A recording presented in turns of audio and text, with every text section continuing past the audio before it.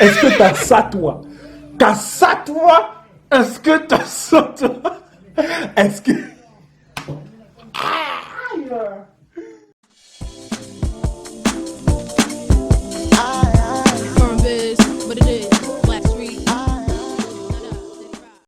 Alors aujourd'hui, je vais revenir en fait pour une story time. Je vais vous expliquer en fait une petite anecdote de quelque chose qui m'est arrivé. Oui. Yeah. Et on préparait en fait une soirée, je sais plus c'était à quelle occasion, mais on préparait en fait une soirée. Donc du coup moi pour l'occasion en fait j'avais convié des gens chez moi.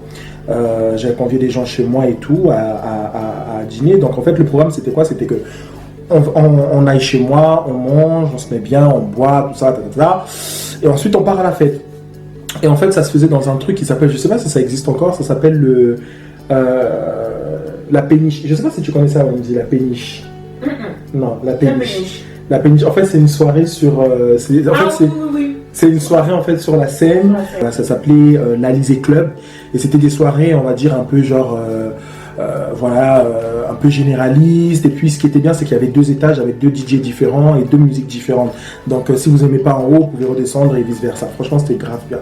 Et en fait j'avais déjà, avant que j'arrive chez moi, que je conviais les gens chez moi en fait, j'avais donné rendez-vous chez moi aux personnes à 20h. J'avais pas cours, donc je me suis dit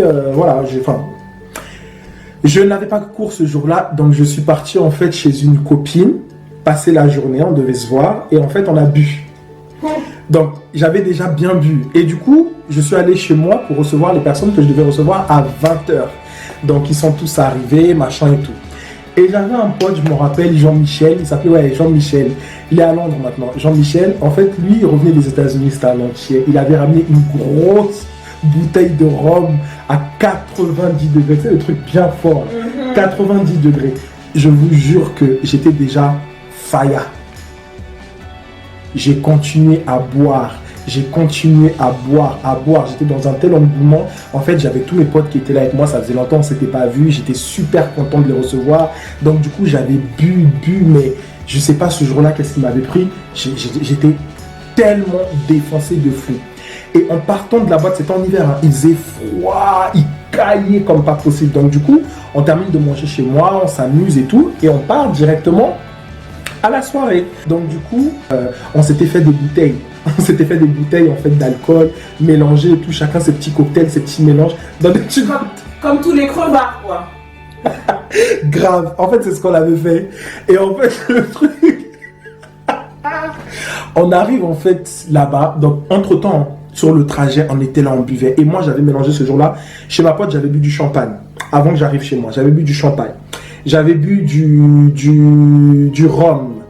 Ensuite, chez moi, j'avais bu de la bière. Donc, quand je recevais mes potes, j'ai bu de la bière. Il y avait de la vodka. Parce que ma pote polonaise était une fan de vodka. Vodka, bière. Et je sais plus exactement ce que c'était. On était défoncés.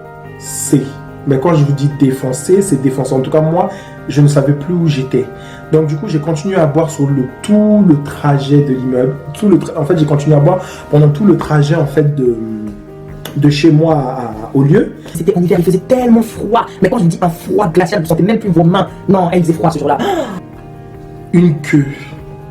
Mais vous savez, le genre de queue, c'est pas une queue genre une petite queue. Une grande queue. Incroyable. Donc du coup moi j'étais déjà défoncé, je me disais mais mon Dieu, mais comment je vais faire, j'arriverai pas à rester comme ça debout. J'avais tellement envie de dormir, j'étais tellement fatigué, j'avais tellement bu. Donc du coup attendre dans le froid, c'était horrible. Donc le truc c'est que au moment où on devait rentrer, moi j'étais derrière, donc on était tous une bande de potes et mes premiers potes en fait sont passés sans rentrer dans la boîte. Et en fait, ils arrêtaient à chaque partie. Ils faisaient des parties où ils arrêtaient pour attendre que les personnes déposent leurs affaires et ainsi de suite, ainsi de suite. Bon, vous sortez, hein, vous savez ce que c'est. Mais le truc, c'est que le videur, lui, en fait, le truc, c'est quoi? C'est que le videur, lui, ce qu'il a fait, c'est qu'il l'a coupé au moment où moi, je devais rentrer. Et j'en avais tellement marre d'attendre. J'avais un pote à moi qui était là aussi. Donc, du coup, il m'a dit, bah écoute, faut d'abord, avant que tu rentres, faut d'abord que tu prennes un peu l'air. Donc du coup, on va se mettre un peu quelque part, le temps que tu prennes l'air, et on rentrera après.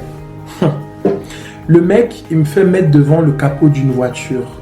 Donc moi, je suis là comme un con. Avec toute ma défense. Bien évidemment, il a vu une meuf qui connaissait, qui voulait gérer. Donc moi, avec toute mon alcoolémie, toute ma maladie, toute ma foutaise, tout ce que vous voulez, le mec, il s'est cassé.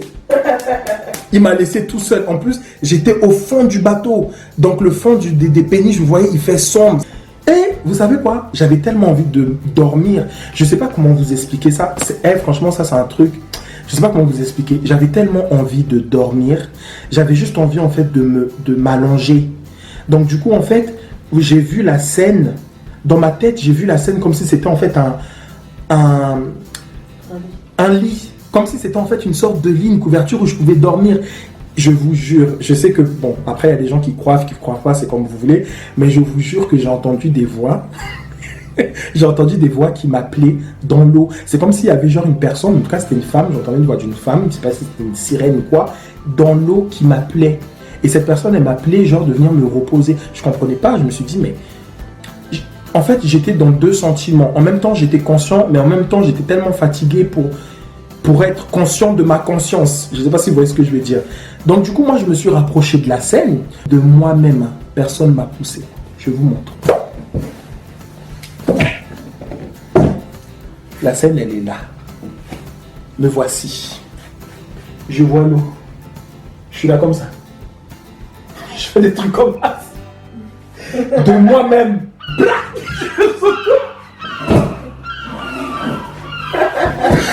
Et du coup, à un moment donné, je suis là. Je commence à me débattre.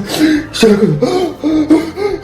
Et je sais pas comment vous dire, c'est un truc de fou. Vous savez, à un moment donné, quand vous perdez le contrôle de votre corps et quand vous perdez le contrôle de votre corps, il y a en fait votre âme qui se sépare de votre corps. Et moi, en fait, le truc, c'est que c'est comme si je me voyais partir. Et à un moment donné, c'est comme si j'étais en haut de tout ce qui se passait et je regardais comment mon âme est en train de sortir de mon corps et pour partir. J'étais à 2 doigts, je vous jure que j'étais à 2 doigts de la mort.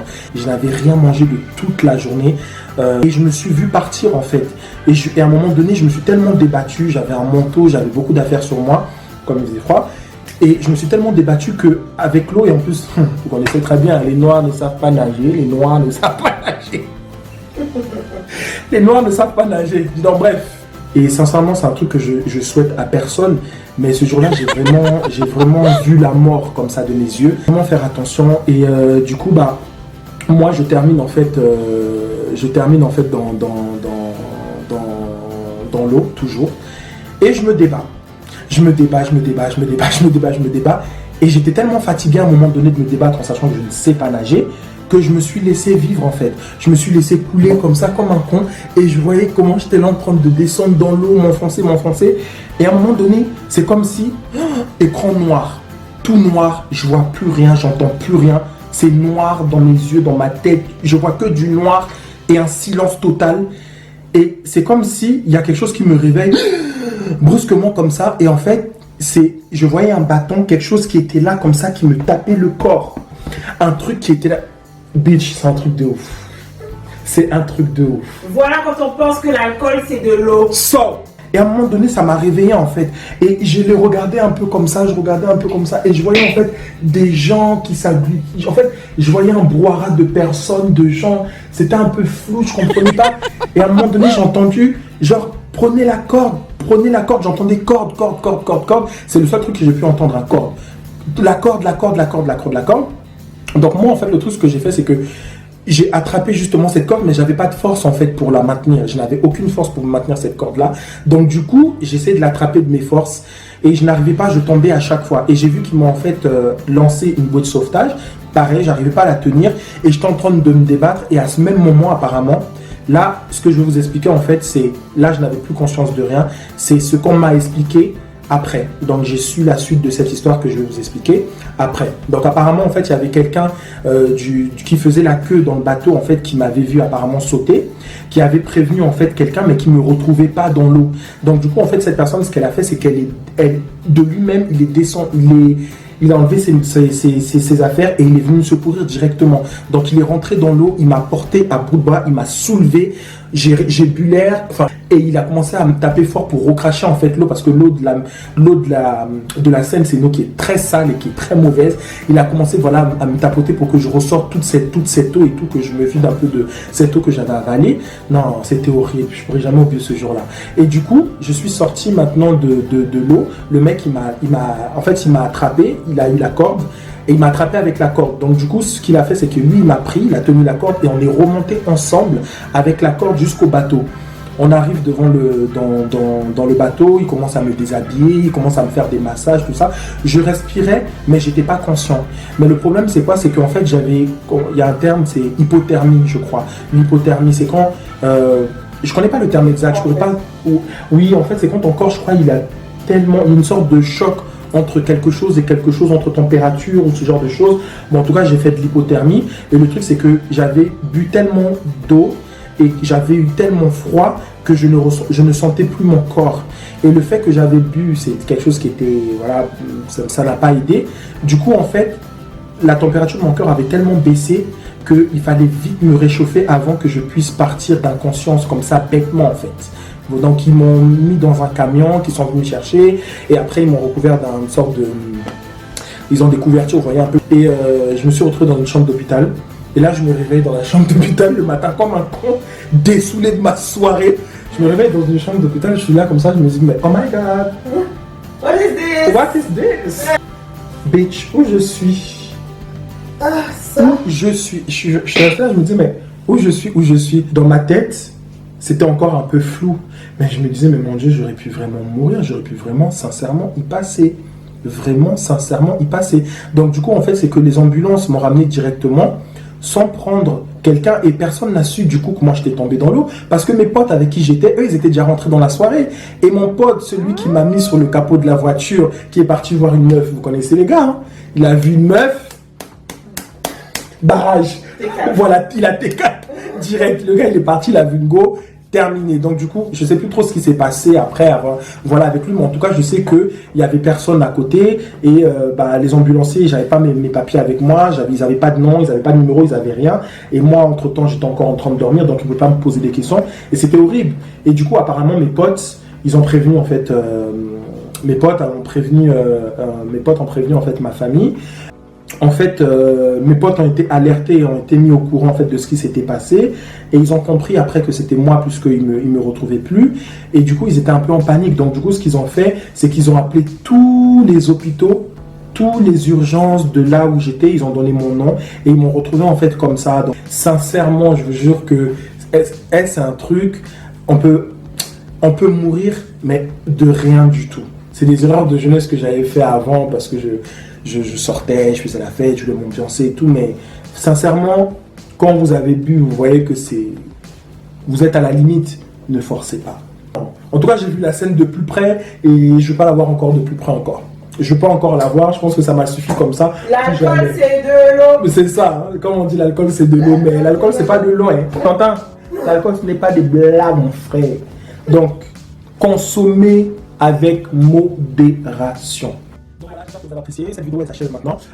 N'hésitez pas à vous abonner, surtout n'hésitez pas à vous abonner à la chaîne. Si vous avez envie d'autres story time, j'aurai plusieurs à vous raconter.